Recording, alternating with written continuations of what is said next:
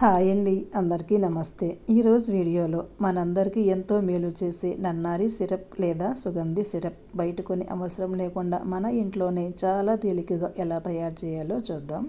పంచదార లేకుండా తయారు చేసుకున్న ఈ సుగంధి సిరప్ ఒక్కసారి చేసుకుంటే చాలండి, మనకి ఎప్పుడు కావాలంటే అప్పుడు వాడుకోవచ్చు. మన ఒంట్లో ఉండే టాక్సిన్స్ని బయటకు పంపి లివర్, కిడ్నీలకు ఎంతో మేలు చేసి ఈ సుగంధి సిరప్ వయసుతో సంబంధం లేకుండా అందరూ వాడుకోవచ్చు. మీరు చూసేవి సుగంధి వేర్లండి, మంచి సువాసనగా ఉంటాయి కాబట్టి సుగంధి వేర్లని పిలుస్తుంటాము. అన్ని ఆయుర్వేద షాపుల్లోనూ దొరుకుతాయండి. నేను 100 గ్రాముల సుగంధి వేర్లతో తయారు చేస్తున్నాను. ముందుగా ఈ సుగంధి వేర్లు దుమ్ము ధూళి లేకుండా శుభ్రంగా 2-3 సార్లు కడిగి తీసుకోండి. చిన్న రోట్లో కొద్దిగా వేసుకుంటూ కచ్చా పచ్చాగా దంచుకొని ఒక ప్లేట్లోకి తీసుకోండి. ఒక గిన్నెలో లీటరు నీళ్లు కొలిచి తీసుకోండి. కచ్చా పచ్చాగా దంచుకున్న సుగంధి వేర్లు ఈ నీళ్ళలో వేసి ఒకసారి కలిపి మూత పెట్టి 10 నుంచి 12 గంటల పాటు అలా కదపకుండా వదిలేయండి. 10 గంటల తర్వాత స్టవ్ ఆన్ చేసి ఈ గిన్నె పెట్టి మరిగించండి.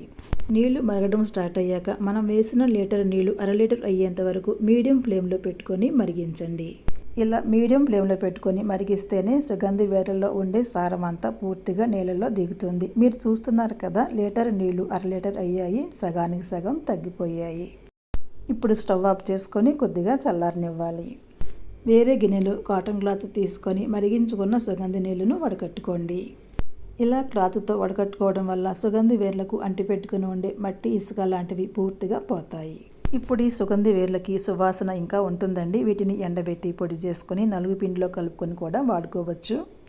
మీరు చూసేది పటికి బెల్లం అండి, చిన్న ముక్కలుగా చేసుకోవాలి. ఇలా రోట్లో వేసుకొని ముక్కలుగా దంచుకుంటే సరిపోతుందండి, మరి మెత్తగా చేయాల్సిన అవసరం లేదు.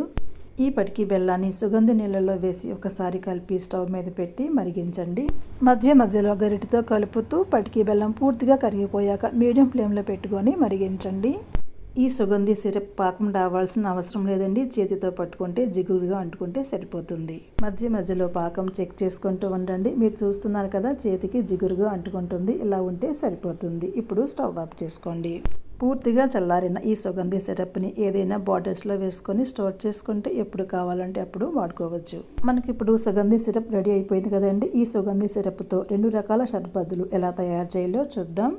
ముందుగా కటోరాని, సబ్జా గింజలని వేరువేరుగా నానబెట్టుకొని రెడీగా పెట్టుకోవాలి. ముందుగా ఒక గ్లాస్ తీసుకొని నానబెట్టిన కటోరాని 2 స్పూన్లు వేసుకోండి. అందులోనే 1 స్పూన్ నిమ్మరసం, 50 ml వరకు సుగంధి సిరప్ వేసుకోండి. తర్వాత కూలింగ్ సోడాని కానీ కూల్ వాటర్ కానీ వేసుకోండి. నేను ఇక్కడ కూలింగ్ సోడాని వేస్తున్నాను. ఇవన్నీ వేసాక ఒకసారి స్పూన్తో కలిపితే టేస్టీగా ఉండే సుగంధి కటోరా షర్బత్ రెడీ అయిపోయింది. ఇప్పుడు ఇంకొక గ్లాస్ తీసుకొని నానబెట్టుకున్న సబ్జా గింజలు 2 స్పూన్లు వేసుకొని 1 స్పూన్ నిమ్మరసం, 50 ml వరకు సుగంధి సిరప్ వేసుకోండి. అందులోనే కూలింగ్ సోడాని కూడా వేసి ఒకసారి బాగా కలిపితే మనకి 2 రకాల షర్బత్లు రెడీ అయిపోయాయి. నోటికి తీయగా, పొట్టకి హాయిగా 2 రకాల సుగంధి షర్బత్లు ఎంతో సులభంగా రెడీ అయిపోయినాయి కదండి. నచ్చితే మీరు కూడా ట్రై చేయండి. మరో మంచి వీడియోతో మళ్ళీ కలుస్తాను.